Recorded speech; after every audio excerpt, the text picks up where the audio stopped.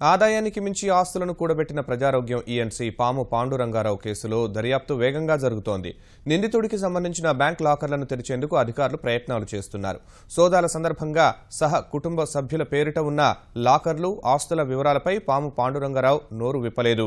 వీటి వివరాలను రాబట్టేందుకు అన్ని జాతీయ బ్యాంకులు, ప్రైవేట్ బ్యాంకులకు అధికారులు లేఖ రాశారు. పాండురంగారావు సహా ఆయన కుటుంబ సభ్యులపై ఉన్న లాకర్ల వివరాలు ఇవ్వాలని అందులో కోరారు. వీటిపై పలు బ్యాంకుల నుంచి వచ్చిన సమాచారం మేరకు పశ్చిమ గోదావరి జిల్లా తాడేపల్లిగూడెంలోని డీసీసీబీ బ్యాంకు లాకర్లను అధికారులు ఇవాళ తెరిచి కిలో 300 గ్రాముల బంగారాన్ని స్వాధీనం చేసుకున్నారు. మిగిలిన బ్యాంకుల నుంచి వచ్చే సమాచారం ఆధారంగా లాకర్లను తెరిచేందుకు సిద్దమవుతున్నారు.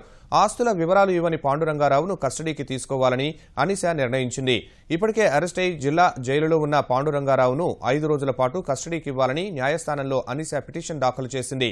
దీనిని స్వీకరించిన న్యాయస్థానం 2 రోజుల్లో నిర్ణయం తీసుకునే అవకాశం ఉంది.